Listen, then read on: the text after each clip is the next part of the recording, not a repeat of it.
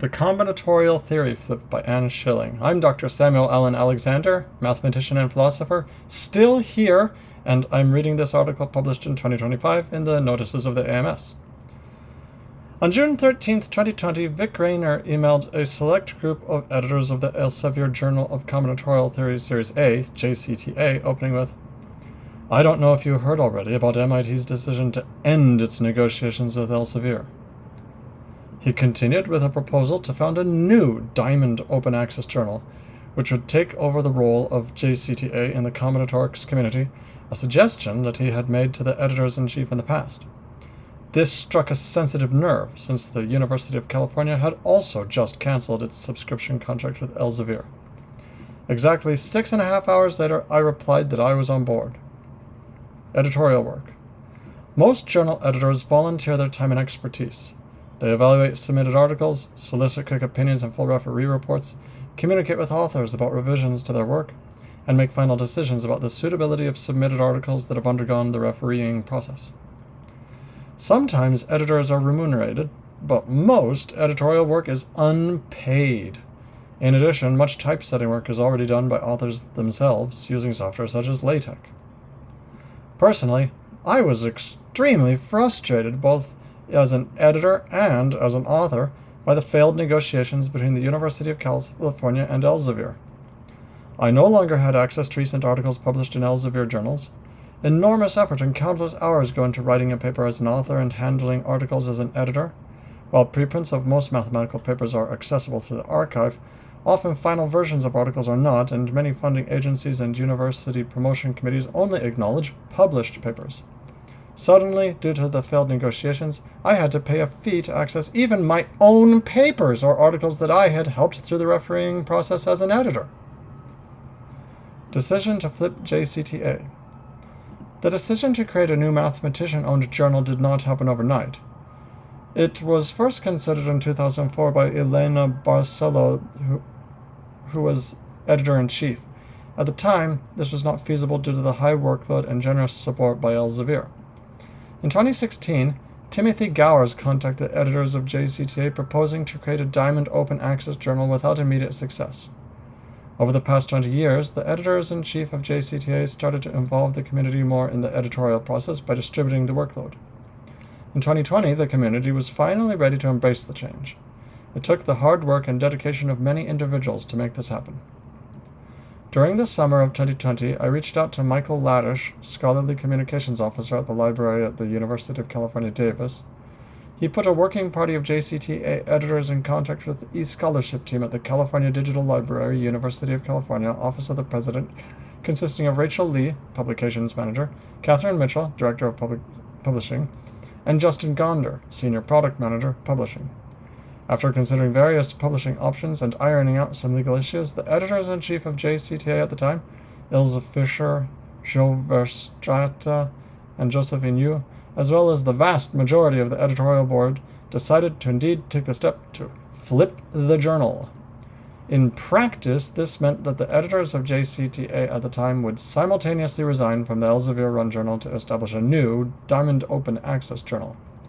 It was decided to accept the offer by the University of California's e-scholarship platform managed by the California Digital Library to host and publish the journal and to use EditFlow for its submission and peer review workflows. And by the way, for context, since they don't mention what it means, Diamond Open Access is where it does not cost the authors any money to submit or publish their paper, and it doesn't cost the reader any money to read the paper. So it's kind of the best of all worlds. And honestly, in 2026, all journals ought to be Diamond Open Access, but scandalously, very few are.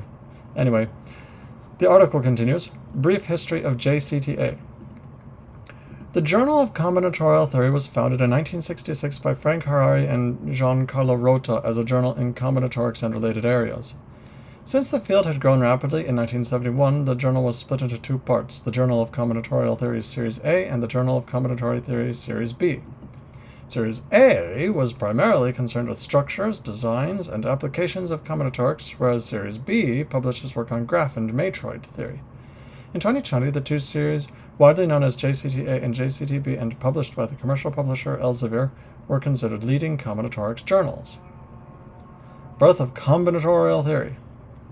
On September 13th, 2020, it was announced that the vast majority of the editorial board of JCTA had resigned to found a new mathematician-owned and fully open access journal called Combinatorial Theory.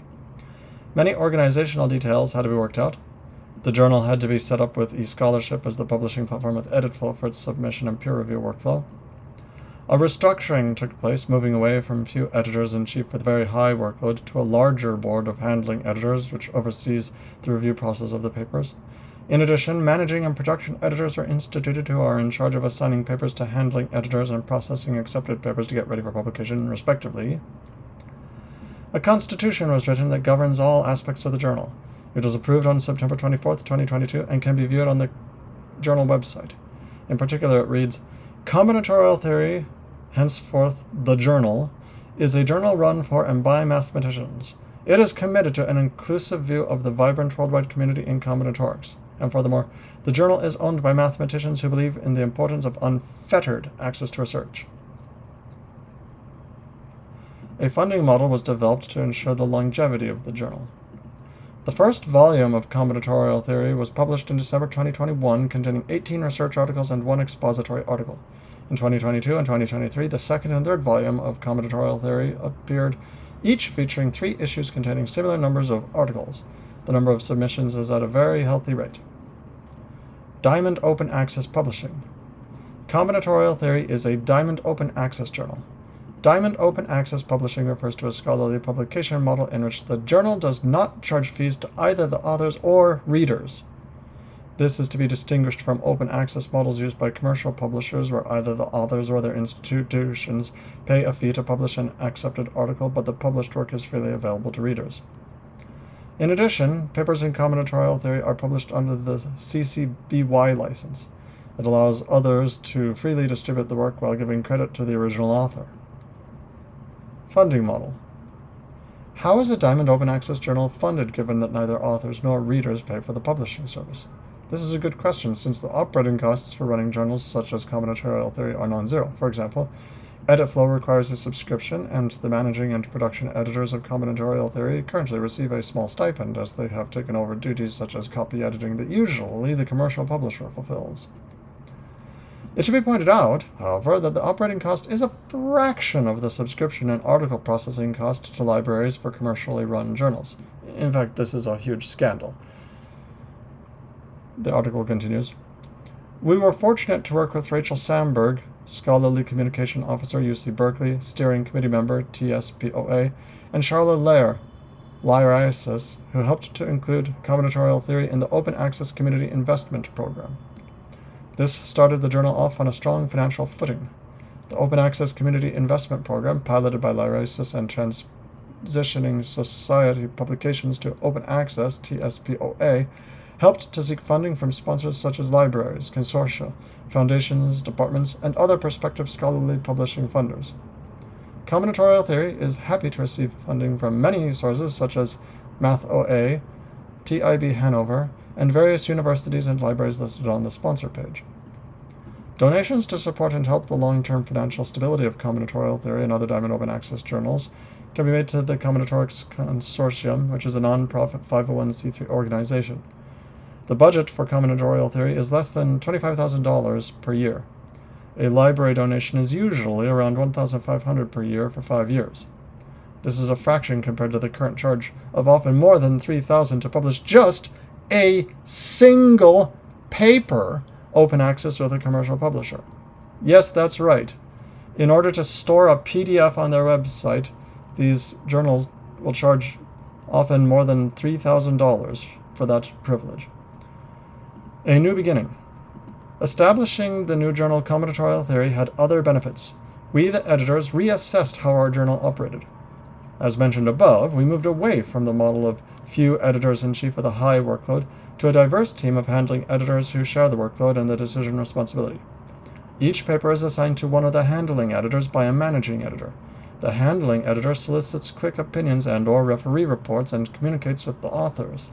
The final decision on each paper is, however, taken collectively by all handling editors through a voting system. We moved to a doubly anonymous refereeing process to mitigate implicit biases during peer review. It's too early to evaluate the impact of this new practice. Anecdotally, finding a referee for a given paper is now more evenly challenging for both famous and lesser-known authors. In other words, it used to be that if the paper is by a very famous author, then people will be jumping at the chance to review it. Well, if it's from a nobody, then nobody will want to review it. The article continues.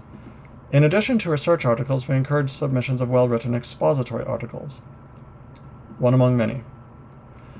While the creation of combinatorial theory happened relatively recently, there exist many Diamond Open Access mathematics journals.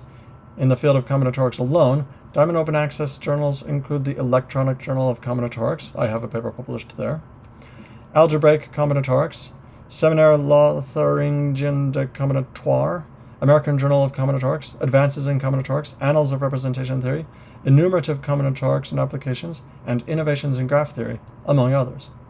Not all of these journals were flipped from an existing commercially owned journal. Another example of a flipped combinatorics journal is Algebraic Combinatorics, which was founded after the 4 editors-in-chief and the whole editorial board of the Springer-run Journal of Algebraic Combinatorics resigned in July 2017.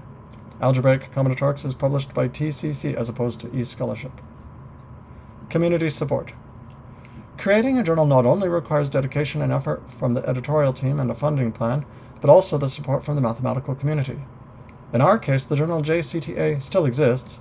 After the resignation of the editors in 2020, Elsevier instated a new editorial board. One of the challenges is that the community needs to view the flipped journal as its new flagship publication venue. Granting agencies and universities judge journals by metrics and impact factors which do not readily exist for new journals. Organizations such as DOAJ help to remove these barriers.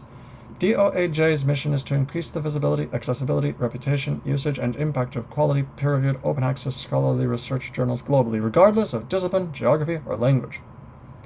Combinatorial Theory's steering committee and eScholarship have succeeded in getting combinatorial theory indexed by Scopus and are currently working the indexing through Web of Science. This can be a slow process. As pointed out earlier, there is a trend in running Diamond Open Access journals. I would like to encourage libraries and the mathematics community to support these journals. Ultimately, Diamond Open Access is a better and cheaper way to run scientific publishing. Libraries can give small amounts of money to help maintain the journals. Mathematicians can submit their articles to Diamond Open Access journals and referee articles when requested. Well-established researchers can create new Diamond Open Access journals. Running a journal is usually beyond the scope of the career of an academic, but it takes mathematicians who are willing to make this happen. Right now, many millions of dollars from library budgets end up in the pockets of shareholders of large commercial publishing companies. This money would go a lot further by supporting Diamond Open Access journals run and owned by mathematicians themselves. We are fortunate that the vibrant combinatorics community has embraced combinatorial theory, which is evidenced by the high-quality submissions. Keep those exciting papers coming. Acknowledgements. I would like to thank everyone who has made the creation of combinatorial theory possible.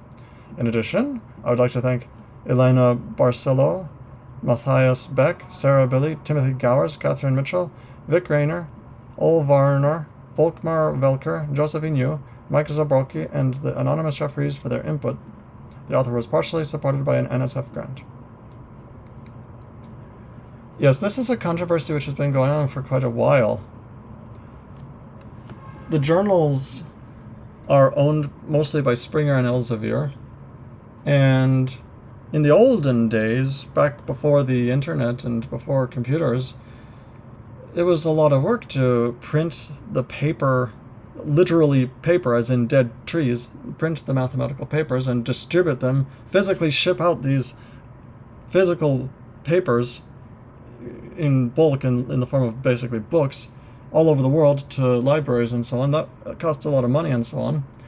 And so you ended up with a situation where the owners of the journal sort of have institutional momentum. And now when the whole system is sort of